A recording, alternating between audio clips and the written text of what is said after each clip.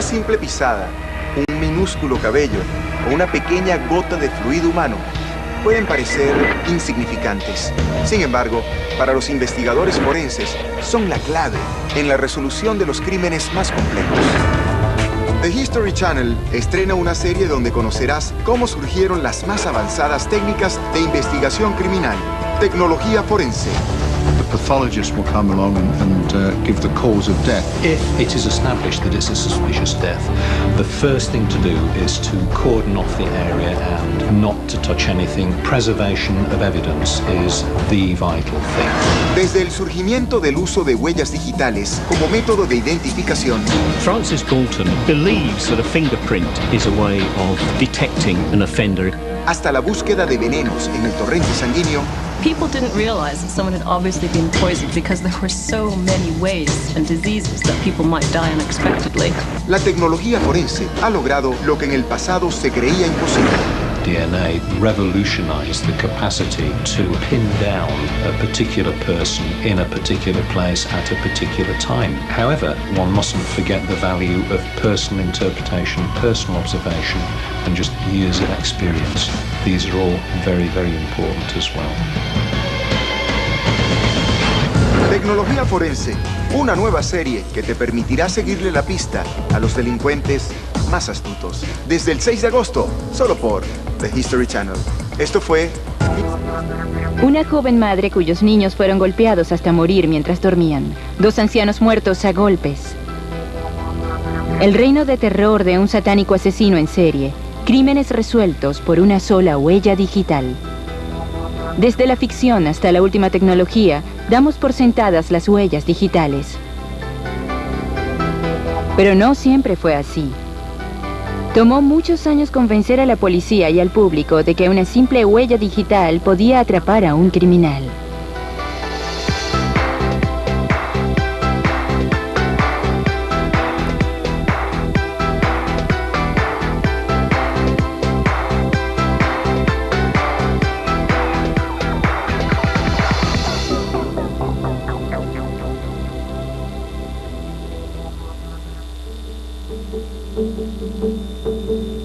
La primera vez que una huella digital atrapó a un asesino fue en junio de 1892, en el pueblo de Necochea, en Argentina.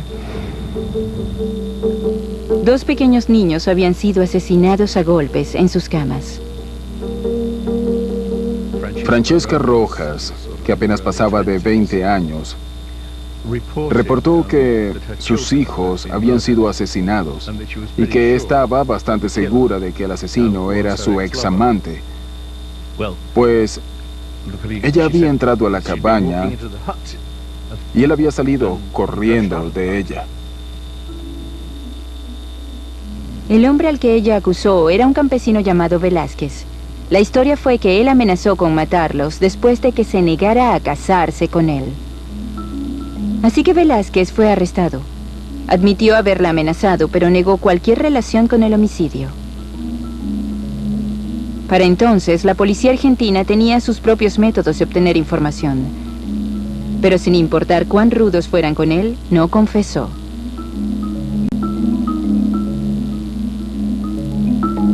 Finalmente, la policía comenzó a sospechar de la propia madre. Descubrieron que recientemente había tomado un nuevo amante joven. Él le dijo que de no ser por los niños, podrían casarse. Tontamente, ella les contó a otras personas lo que él le había dicho. Así que mientras Rojas estaba trabajando, el jefe de policía Álvarez regresó a la escena del crimen. En el ruinoso hogar no encontró nada, pero luego su suerte cambió. En el marco de la puerta descubrió sangre seca. En ella había una huella digital. El jefe de Álvarez era un gran partidario de la nueva y revolucionaria idea de usar huellas digitales para la identificación. Con su navaja, cortó la madera que contenía la huella.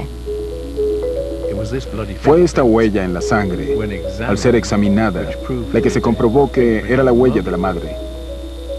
Cuando se le mostró a Rojas la evidencia de la huella digital, se derrumbó y confesó todo. Entonces se dieron cuenta de que, de hecho, la madre había matado a sus propios hijos por ser hijos ilegítimos. Ella deseaba casarse con un hombre en particular y ese hombre había dicho que no se casaría con ella mientras tuviese hijos ilegítimos, así que ella los mató. Y así fue como se resolvió el primer caso de huellas digitales en el mundo. La sola visión de la huella fue suficiente para hacerla derrumbarse. Ella debió saber que solo su dedo concordaría con la huella. Argentina fue el primer país del mundo en usar huellas digitales en la lucha contra el crimen. En la década de 1890 la ciencia era nueva y no era ampliamente aceptada. Las huellas digitales son solo un simple detalle anatómico. La razón biológica de las huellas digitales es para ayudarnos a sujetarnos, para poder asirnos de las cosas. También ayudan al proceso de enfriamiento del cuerpo. Extendiéndose por el tope de todos los surcos, tenemos las glándulas sudoríparas que segregan este fluido, que de hecho está compuesto de una variedad de químicos a los que nos referimos comúnmente como sudor. Cuando tocas una superficie, dejas el sudor con la forma de tus surcos o patrones. Estas variaciones en los patrones se desarrollan en el útero. Para el cuarto mes de embarazo ya están fijos y permanecen así durante nuestras vidas. Las civilizaciones antiguas vieron la importancia de las huellas digitales. Han sido encontradas en sellos de arcilla que se remontan a la antigua Babilonia. En ocasiones, los contratos se sellaban con una firma y una huella.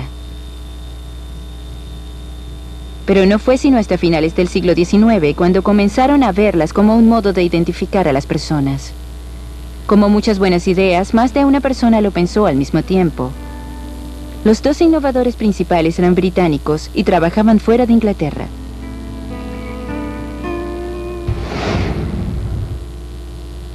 Uno de ellos era el Dr. Henry Folds, un escocés que trabajaba en Tokio.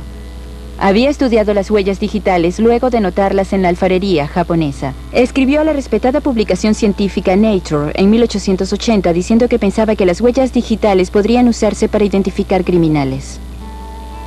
Se dio cuenta de que, al parecer, no había dos huellas digitales similares.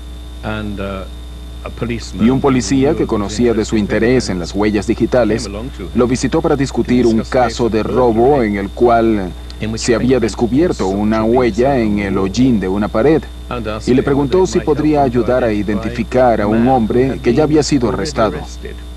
Así que tomó las huellas digitales del hombre que había sido arrestado, las comparó cuidadosamente con las de la pared y dijo, no, este no es el hombre. Poco después arrestaron al hombre correcto y una vez más logró mostrar que las huellas concordaban. El otro innovador fue William Herschel, un funcionario que trabajaba en la India y que había usado huellas digitales para firmar contratos desde 1860.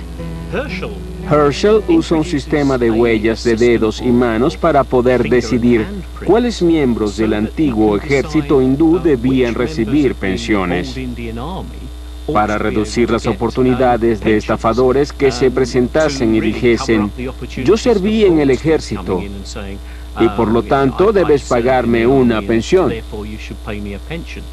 Esto se había hecho por algunos años allí. Los registros mostraban que las huellas digitales de los soldados no cambiaban con los años. También creían que algunas personas estaban aplicando más de una vez para una pensión y defraudando al sistema. Así que comenzaron a usar esas huellas digitales para identificar a esas personas que trataban de defraudar al sistema, algo que los viejos soldados podían intentar hacer. Herschel también envió sus descubrimientos a Nature.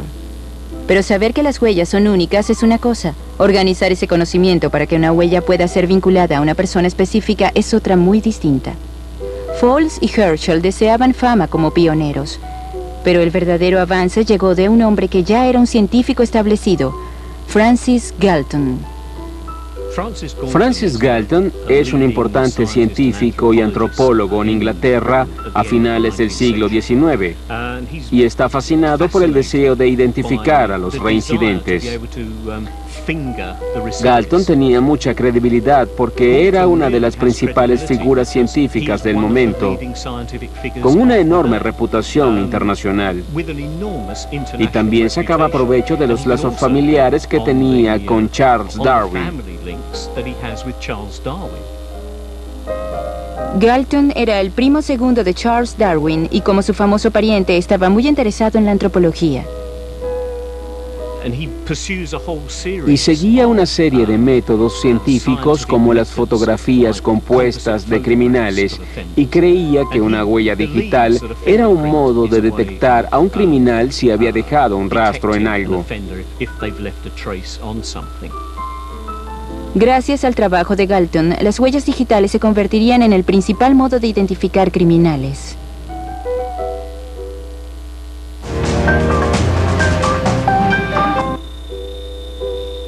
Francis Galton fue probablemente la figura clave en el establecimiento de las huellas digitales como un modo de identificar criminales. En 1892 publicó Fingerprints, el primer libro importante sobre la materia. Descubrió que los patrones de huellas digitales se dividen en grupos, algo muy útil si intentas hacer concordar una huella con un individuo. Las dividió en 3 categorías principales: bucles, espirales y arcos. Los arcos generalmente entran por un lado, suben levemente, se elevan en el centro y salen por el otro lado. En el arco de tienda, que es un patrón un poco menos común, los surcos entran por la izquierda y suben por lo que llamamos un poste de tienda, así que se elevan mucho más que un arco normal y salen por el otro lado. En el bucle simple, que es tal vez el patrón más común, tenemos este patrón llamado delta,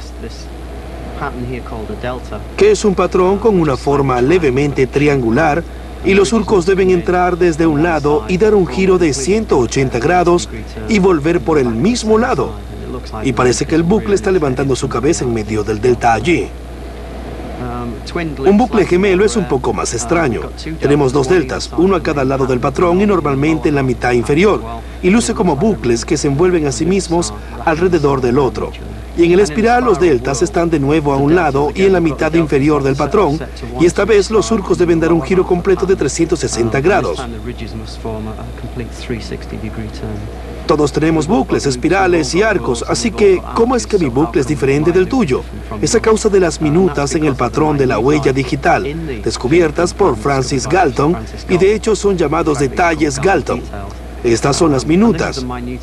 Si observas con cuidado donde el surco se divide en 2, eso se llama una bifurcación, y donde el surco llega al final es llamado una espuela o extremo de surco, y hay una media docena de estos detalles Galton en una huella digital.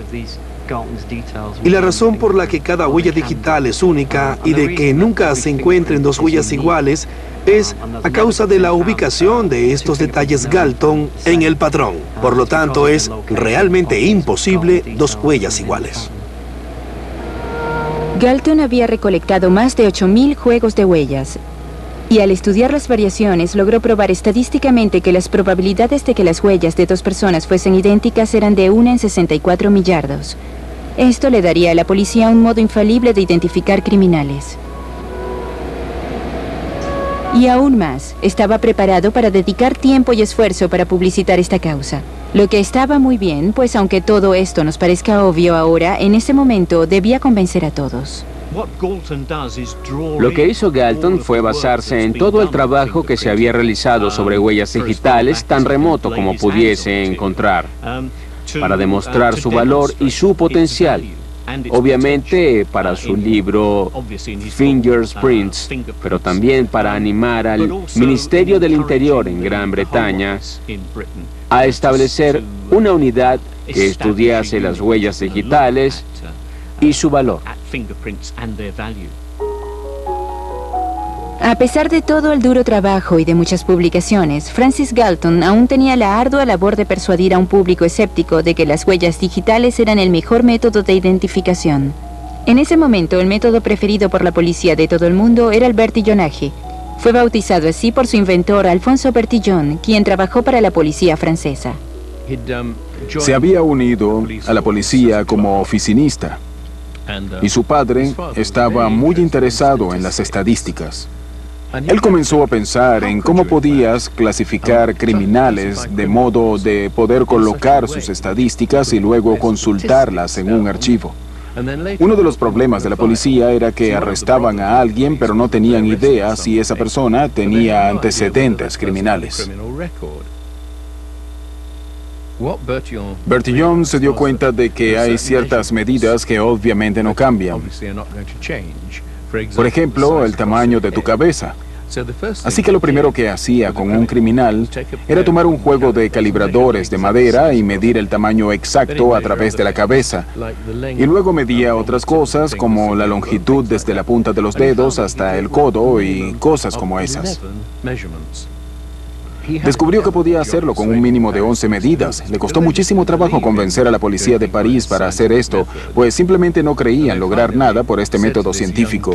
Finalmente le dijeron a este joven oficinista que los molestaba sin descanso, que presentase su sistema. Le dijeron, escucha esto, te daremos 2 meses. Y si puedes identificar a un solo criminal mediante este método, entonces te permitiremos encargarte de ese sistema. Bien, ya casi había pasado el tiempo. Solo quedaba un día. Y a media tarde estaba midiendo a un criminal. Fue a los archivos y para su absoluto deleite lo encontró. Así que se fue a casa y le dijo a su familia y a su prometida, lo logré, lo logré. Y por supuesto lo pusieron a cargo del sistema y en poco tiempo estaba atrapando docenas de criminales. Cuando un criminal era capturado, sus detalles eran comparados con las fichas en el sistema. Si se encontraba una concordancia, el nuevo delito era registrado en la ficha. Si no, se creaba una nueva ficha y quedaba registrada en los libros. El problema con el sistema de Bertillon era que debías tener a un oficial de policía que se tomase la molestia de tomar todas esas medidas con mucha precisión. Era un buen sistema, y ya que medía partes del cuerpo y podías consultarlo e indexarlo, era bueno. Pero cuando fue necesario lidiar con un gran número de criminales que eran arrestados y llevados a las estaciones de policía o a quienes se les tomaban las medidas en prisión, no todos tenían el mismo cuidado que el propio Bertillon. Así que no siempre se podía confiar en la experticia de las personas.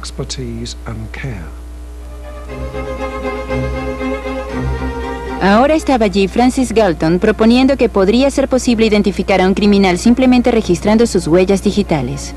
La mayoría de las policías, sin embargo, se apegaban decididamente a los métodos de Bertillon, especialmente en Europa. Pero en otras partes, algunos emprendedores hombres de ley estaban dispuestos a intentar las huellas digitales. Uno de ellos era un oficial argentino llamado Juan Bucetich. Era el jefe de la Oficina de Estadísticas de la Policía de La Plata. Había leído el libro de Galton y estaba muy emocionado por las posibilidades de las huellas digitales. Bucetich era poco más que un aficionado entusiasta, pero tenía la energía y el interés para impulsar las cosas. Estableció departamentos de huellas digitales en todas las principales ciudades de Argentina. Sus superiores eran escépticos y lo trataban como un advenedizo, pero los eventos de 1892 probarían que Bucetich tenía razón. Fue uno de sus colegas, el jefe de policía Álvarez, quien recordó las técnicas presentadas por Bucetich y quien logró aplicarlas al caso de Francesca Rojas. Sin ninguna otra evidencia directa que la conectase con el crimen, logró atrapar a su asesina y liberar a un hombre inocente. Para 1896, Argentina y la mayoría de los países de América del Sur habían aceptado las huellas digitales, gracias a la persistencia de Juan Bucetich. Mientras tanto, en Europa y particularmente en Francia, el sistema Bertillon continuaba usándose. Pero tomar medidas corporales consumía tiempo. Era fácil cometer errores. Finalmente, el propio Bertillon comenzó a incluir huellas digitales en las fichas, pero para entonces el sistema comenzaba a parecer obsoleto. Lo que finalmente desacreditó al sistema Bertillon fue que en el primer año de la oficina de huellas de Scotland Yard, realizaron muchas más identificaciones mediante las huellas digitales de lo que habían hecho jamás con el sistema Bertillon. Y fue simplemente un proceso natural en el que las personas no se molestaron más con las medidas de Bertillon, pues no eran necesarias. Se volvió más o menos loco y probablemente la razón de esto fue simplemente la presión de saber que en lugar de morir pensando que había inventado un método maravilloso para atrapar criminales, tendría que pensar que había inventado un método maravilloso y que no era el correcto.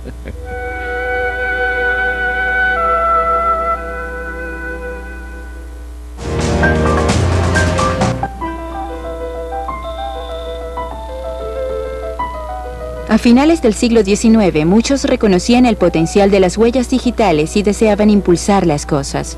Uno de ellos era el inglés Edward Richard Henry, quien era inspector general de policía en Bengala. Estaba emocionado por las posibilidades de las huellas digitales, pero reconocía que el sistema tenía una enorme debilidad. Mientras más huellas digitales recogías, más difícil era encontrar una concordancia con tu sospechoso. Sin embargo, mientras Henry estaba de permiso en Inglaterra en 1896, ideó una solución.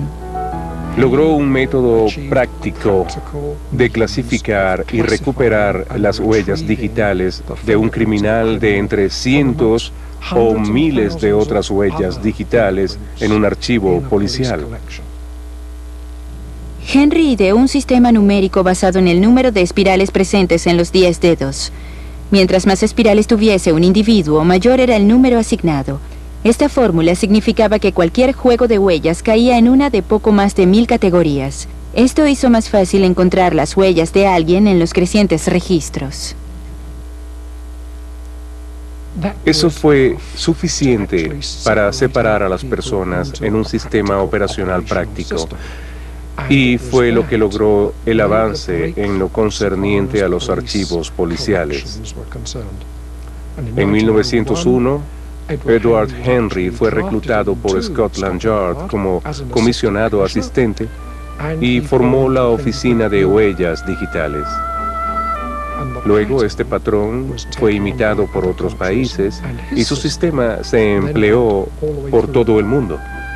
Para 1905, el nuevo departamento de huellas digitales de Edward Henry tenía unos 85,000 juegos de huellas en sus archivos.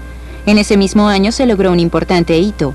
La evidencia de huellas digitales fue presentada ante un jurado por primera vez en una corte británica.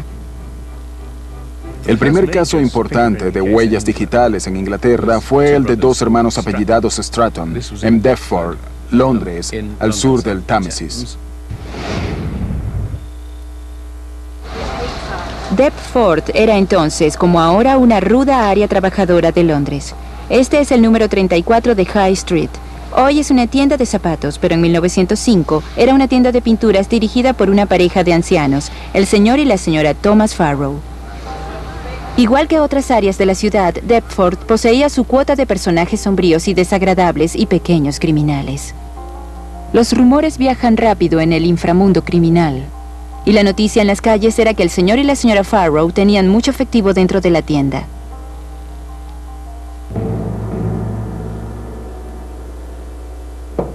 Cerca de las 7 de la mañana del lunes 27 de marzo, el señor Farrow atendió un llamado a su puerta. El anciano caballero fue confrontado por dos hombres que vestían máscaras de medias de seda. Forzaron su entrada a la tienda y procedieron a golpear al señor Farrow hasta matarlo. La señora Farrow estaba arriba, sin duda aterrada por la conmoción que podía escuchar procedente de la tienda. Los dos hombres no tuvieron piedad. Ella también fue atacada y golpeada hasta dejarla inconsciente. Murió 3 días después en el hospital. Luego de matar al señor Farrow y herir fatalmente a su esposa, los atacantes desecharon sus máscaras. Encontraron la caja de ahorros, la forzaron y tomaron la minúscula cantidad de dinero que los Farrow guardaban allí. Los ladrones no imaginaban que habían dejado atrás una pista vital. Bajo la cama encontraron la caja de ahorros que había sido forzada. Y en esa caja había una sola huella digital ensangrentada. Convencidos de que los hombres eran locales, la policía visitó e interrogó a todos los criminales conocidos en el área de Deptford. Finalmente llegaron a la casa de dos hermanos bien conocidos por la policía, Alfred y Albert Stratton. A pesar de estar en sus 20 años, ambos tenían varias condenas por allanamiento y robo. Alfred no estaba, pero sí su novia. Recientemente él le había causado un moretón en un ojo y ella aprovechó la oportunidad para vengarse. Además, tampoco estuvo conmigo toda la noche. ¿Con quién estuvo? Le dijo a la policía que los hermanos habían estado fuera toda la noche. Cuando Alfred finalmente llegó a casa, se había quitado su chaqueta y la había quemado. También había pintado los zapatos que había calzado. No tomó mucho rastrear y arrestar a los Strattons. En la estación de policía de Tower Bridge les tomaron sus huellas. La huella del pulgar en la caja de ahorros parecía corresponder a la de Alfred Stratton, tomada por la policía. El juicio de los hermanos Stratton en mayo de 1905 fue un momento crucial para las huellas digitales. Ningún jurado había tenido que llegar a un veredicto con la evidencia de una huella. Para la defensa, la tarea era simple: probar que la evidencia de la huella digital no era confiable y que, en cualquier caso, la huella en la caja de ahorro simplemente no era la misma que la tomada de Stratton en la estación de policía. La fiscalía aceptó que había varios puntos diferentes entre la huella de la caja de ahorros y la huella tomada del pulgar de Stratton, pero argumentó que las discrepancias eran causadas por las diferencias en la presión. Así que tomaron las huellas de los miembros del jurado varias veces para demostrar cómo podía ocurrir eso. Cuando observaron cuidadosamente la huella en la caja de ahorros y luego la compararon con las huellas digitales de ambos hermanos, pronto descubrieron algo similar a la huella del pulgar derecho del hermano mayor, y ese fue su final. El juicio Stratton significó un riguroso examen en la corte del proceso de las huellas digitales. Al final, el jurado quedó convencido. Los hermanos Stratton fueron hallados culpables de homicidio. Las huellas digitales habían tenido su propio juicio. Con cada uno culpando ruidosamente al otro por los homicidios, Alfred y Albert Stratton fueron al patíbulo juntos el 23 de mayo de 1905.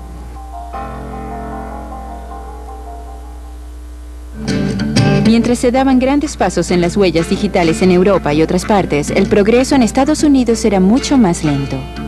En Estados Unidos, de hecho, comenzaron a usar huellas digitales mucho después que en Inglaterra.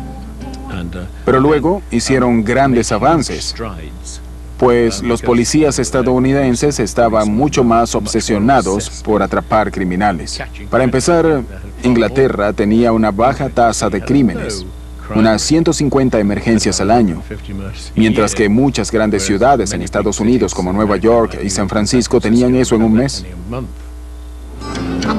Pero a pesar del número de homicidios en Estados Unidos, tomó tiempo para que la evidencia de las huellas digitales fuese aceptada. El resultado de un notorio juicio por asesinato en la década de 1920 dependía de una sola huella. Fue conocido como el caso de homicidio Hall Mills. En septiembre de 1922, 2 cuerpos fueron encontrados en una tranquila vereda cerca de New Brunswick, en Nueva Jersey. Pertenecían a Edward Hall y a la señora Eleanor Mills. Hall era ministro de la iglesia y fue encontrado asesinado con una de las mujeres de su coro.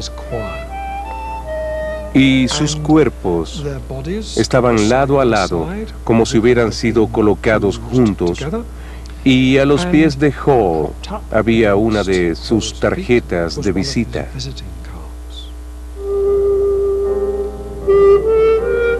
Sucedía que Hall y Mills habían sido amantes y que la esposa de Hall, Frances, lo había descubierto. Tenía 2 hermanos robustos, Henry y William Stevens. Eran los principales sospechosos. Los 3 fueron arrestados e interrogados, pero una serie de errores administrativos forzaron su liberación por un tecnicismo. En 1926 surgió nueva evidencia. El caso fue reabierto y la señora Hall y sus hermanos finalmente fueron llevados a juicio. Lo único que era claramente objetivo era una huella digital encontrada en la tarjeta de visita a los pies de Hall. De hecho, pertenecía a Willie Stevens, su cuñado. Fotografías ampliadas fueron usadas por la Fiscalía en la corte para explicar la evidencia de la huella digital y exactamente por qué la huella probaba la culpabilidad de William Stevens. La defensa no pudo explicar cómo llegó esa huella a la tarjeta, pero a pesar de ese hecho, el jurado no los condenó. Tal vez si el fiscal a cargo del caso no hubiese sido un capitalino que obviamente había molestado a las personas locales con su actitud, el jurado podría haber llegado a una decisión diferente. Pero es un ejemplo de un jurado exculpando a una persona de un homicidio en el que la evidencia de las huellas digitales había brindado sólida evidencia que la vinculaba a la escena. Así que a pesar de que la señora Hall y sus hermanos tuvieran los medios, el motivo para cometer homicidio y no había otros sospechosos creíbles, en diciembre de 1926, Frances Hall, Henry Stevens y William Stevens salieron libres de la corte. En cualquier otra parte del mundo, esa sola huella digital podría haber sido suficiente para condenar a William Stevens, pero no en Estados Unidos. Pero la policía y los fiscales no se desanimaron y pronto una sola huella sería puesta a prueba contra una de las pandillas criminales más notorias del país.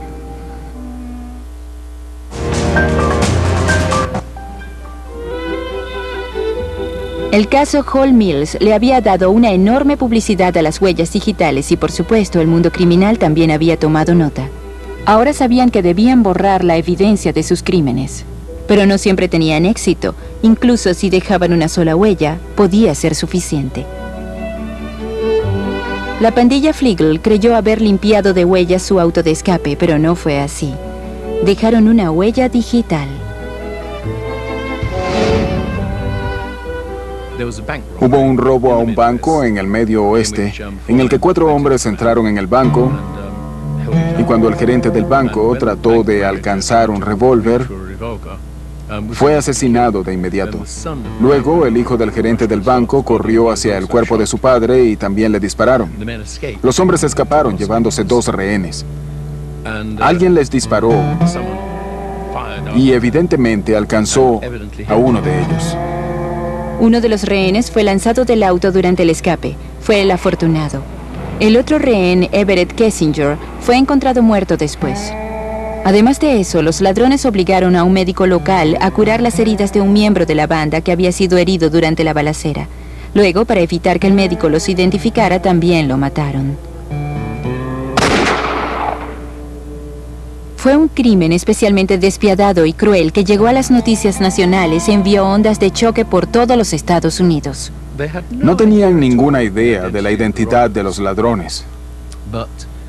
Pero cuando examinaron cuidadosamente el auto, al que le habían borrado las huellas, pues para entonces los criminales se habían dado cuenta de que eso podía traicionarlos, encontraron una huella parcial en la ventana trasera del auto. Luego hicieron docenas de copias de esta huella y las entregaron a todos los policías y les pidieron que la vieran y la memorizaran. Sin embargo, se hacían arrestos. En el cuerpo del doctor encontraron una carta que contenía abusos verbales. En los archivos policiales había un criminal llamado Charles Clinton, un conocido ladrón y un hombre que se sabía guardaba un rencor contra los doctores desde que su esposa murió en una cirugía. Clinton parecía encajar, especialmente cuando algunos testigos del robo al banco lo identificaron. Así que Clinton fue arrestado y acusado del robo y los homicidios. Pero hubo un retraso antes de su juicio. De hecho, pasó más de un año luego del arresto de Clinton para que la huella en el auto finalmente llevase a la policía en una dirección diferente.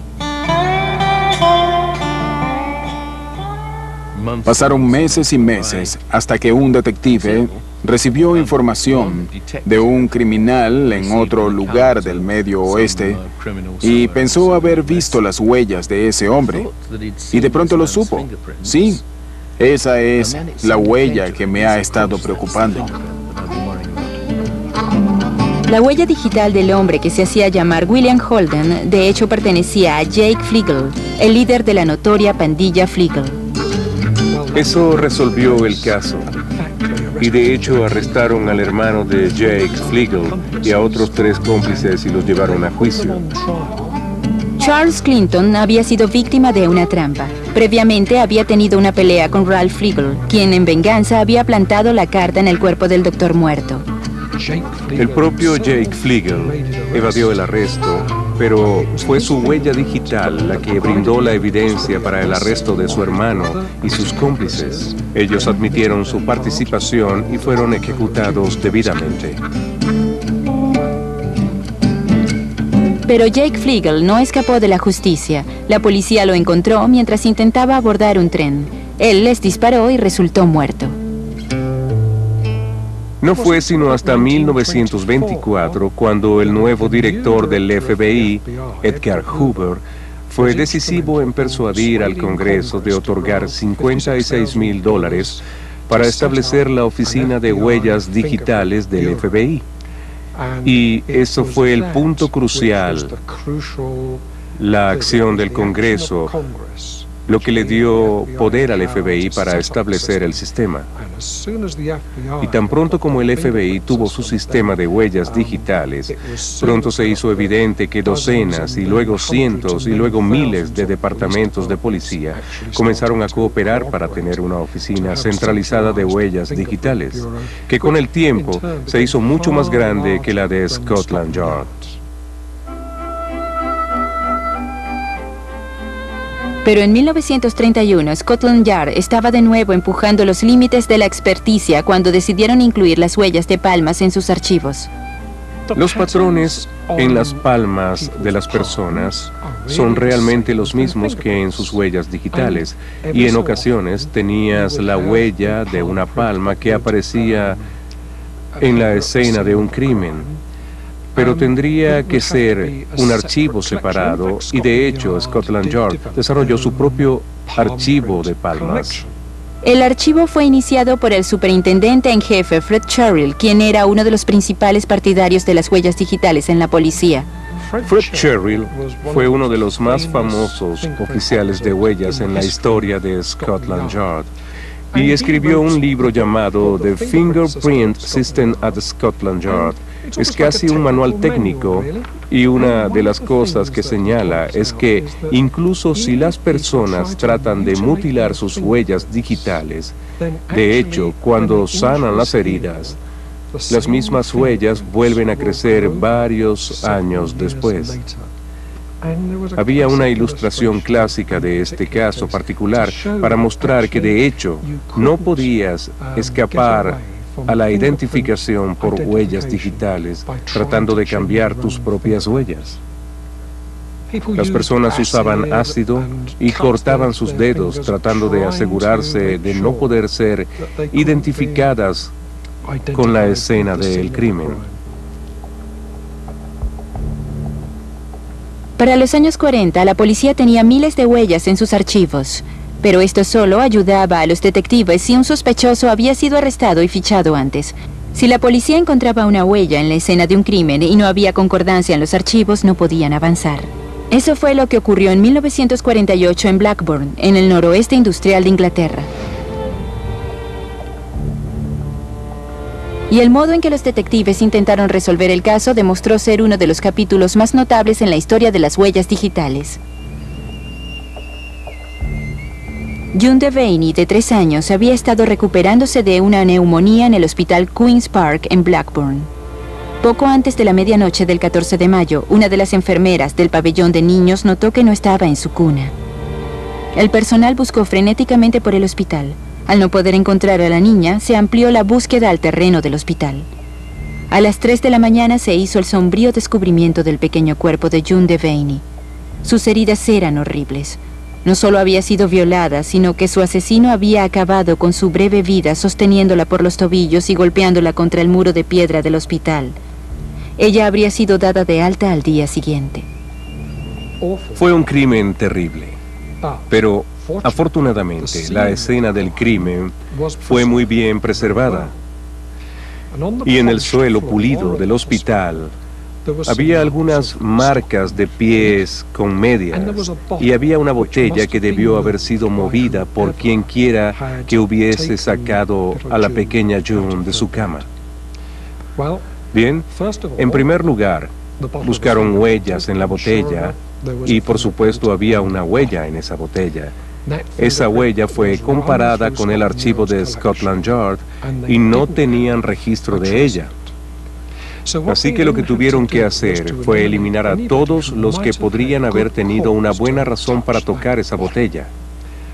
Así que tomaron huellas de todo el personal del hospital y revisaron las huellas para compararlas y eliminarlas. El alguacil jefe de Blackburn decidió entonces que haría un llamado público para que todos los hombres de Blackburn dieran voluntariamente sus huellas a la policía para ser comparadas.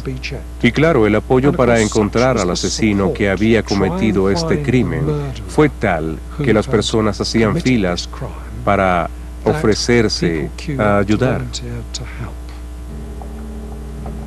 Fue una tarea monumental que involucró más de 40.000 juegos de huellas y visitas a unos 35.000 hogares diferentes.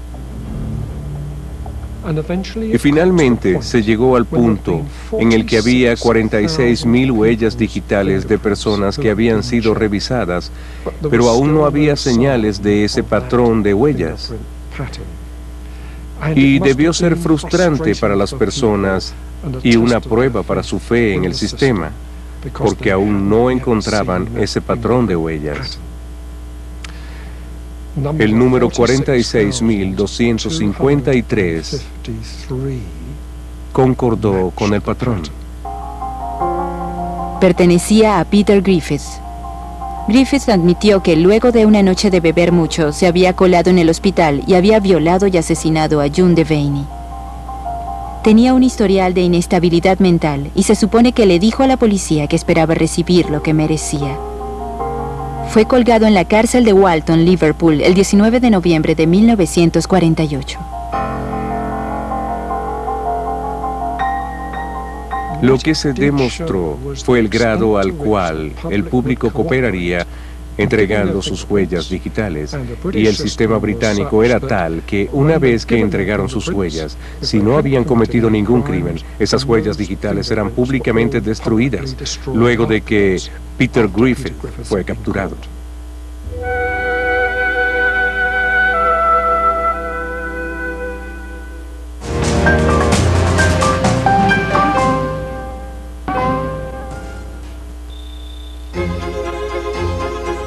Para los años 60, las huellas digitales eran consideradas un modo infalible de identificar a los criminales. Buscar huellas en la escena de un crimen se hizo algo común y se crearon técnicas para hacer que todo el proceso fuese tan preciso como era posible. Los investigadores de las escenas de crímenes traían una caja de trucos con ellos para poder procesar la escena. Este es un maletín de huellas digitales. Es el tipo de equipo que un investigador llevaría a la escena de un crimen y contiene todo el equipo relevante para mejorar y recuperar huellas digitales. Tenemos distintos tipos de polvos. Tenemos polvos granulares, blancos y negros. Este es quizás el polvo para huellas más ampliamente usado. Es polvo de aluminio. Es el polvo que usamos para levantar huellas digitales. Luego tenemos polvo magnético, que es muy bueno para obtener resultados instantáneos en objetos de papel o cartón. Son limaduras de hierro cubiertas de carbón y usamos un cepillo magnético. Haré una demostración. Si coloco algunas huellas en ese papel, muchas veces los criminales pueden, veamos, sí, haber entrado a una oficina y haber sacado papeles de una gaveta o algo así. Así que cepillamos las limaduras de hierro a través del papel. Como pueden ver, obtenemos un resultado instantáneo. Podemos asegurarlo en su lugar colocando cinta adhesiva encima. Tenemos un cepillo de carbón aquí con el que usamos un movimiento circular al buscar huellas en una superficie lisa y brillante. Un movimiento circular. En ocasiones ven en la televisión que pintan el polvo y eso está mal, pues no puedes ver en qué sentido están los surcos hasta que has mejorado la huella, así que podrían estar a 90 grados y existe la posibilidad de destruir la huella. Eso aumenta la capa de polvo de aluminio en los surcos. Una vez que encontramos nuestra huella, debemos levantarla y es simplemente un asunto de tomar cinta transparente y presionarla sobre la huella. Luego se presiona esa cinta sobre una lámina de plástico transparente. Y luego se colocan los detalles como la fecha, la hora y la ubicación con tinta indeleble. Para poder llevar eso a la corte debemos ser capaces de decir exactamente dónde estaba ubicada. Así que tenemos una cinta para medir exactamente la ventana o el marco de la puerta de donde levantamos esa huella.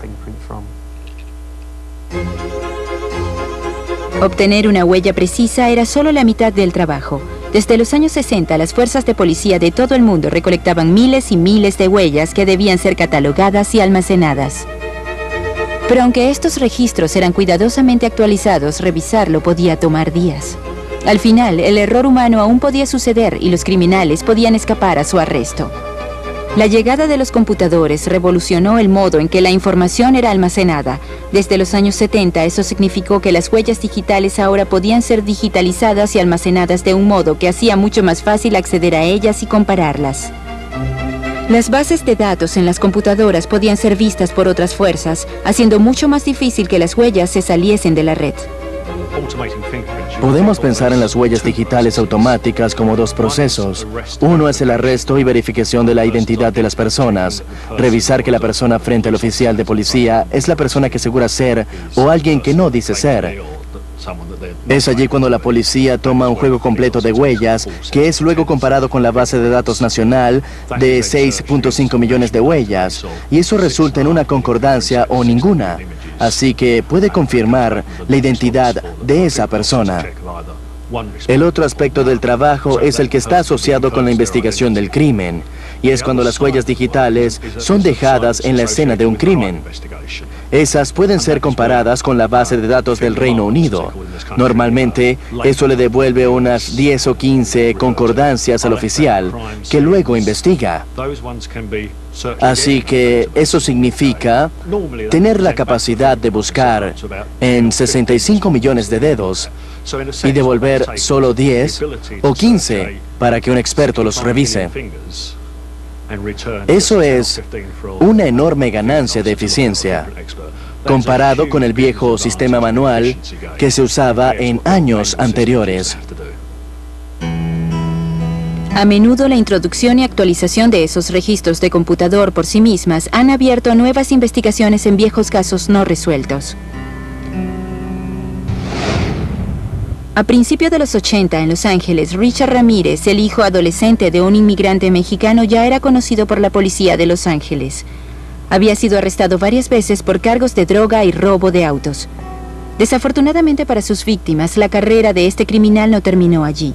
En 1984, una mujer de 79 años fue encontrada muerta en su hogar. Su garganta había sido cortada y había sido apuñalada repetidas veces.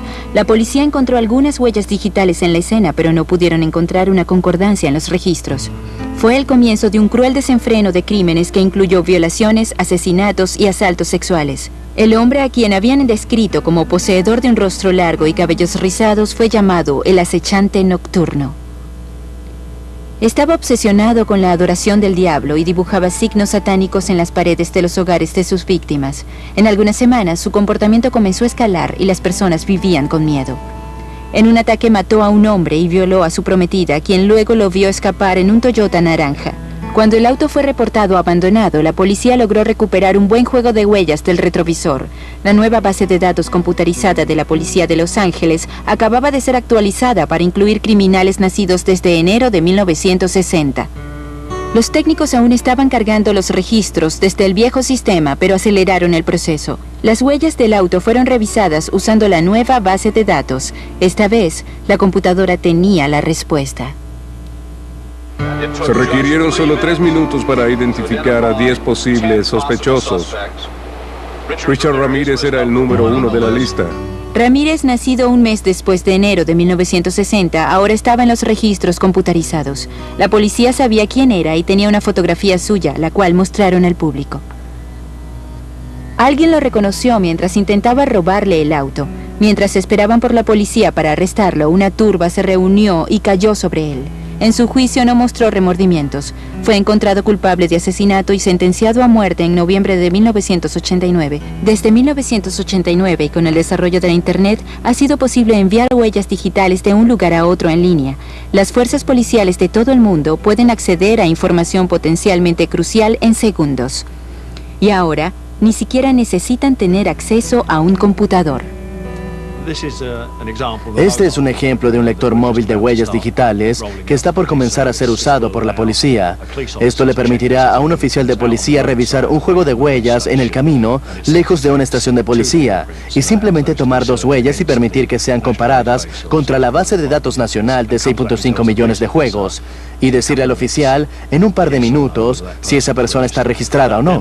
Eso le permite al oficial de policía saber muy rápidamente si esa persona tiene antecedentes criminales o si existe una orden de arresto contra ella en alguna parte. Así que es una enorme ventaja en las calles. Así que mientras los computadores se hacen más poderosos, ¿puede el análisis de las huellas digitales hacerse aún más eficiente? Si regresamos 20 o 30 años, el poder de procesamiento no habría permitido buscar entre 65 millones de dedos en cuestión de minutos. Por ejemplo, el sistema probablemente sea capaz de realizar todos esos tipos de búsqueda que mencioné a unos 6 millones de comparaciones de dedos por segundo. Si comparas eso con el tiempo que le toma a un oficial revisar un puñado de huellas, estamos hablando de una gran eficiencia. Al avanzar, esperamos elevar eso al próximo año, potencialmente 8 veces, para incrementar la precisión y obtener una mejor lista de candidatos para el experto en huellas. Al almacenar múltiples juegos de huellas, el sistema debe ahora buscar en más de un juego de huellas. Así que no se trata solamente del algoritmo que está detrás, sino también del poder de procesamiento que lo rodea. Y esos son enormes requerimientos. Francis Galton nunca habría soñado en 1892 que una comparación mundial de huellas digitales podría hacerse en 3 segundos.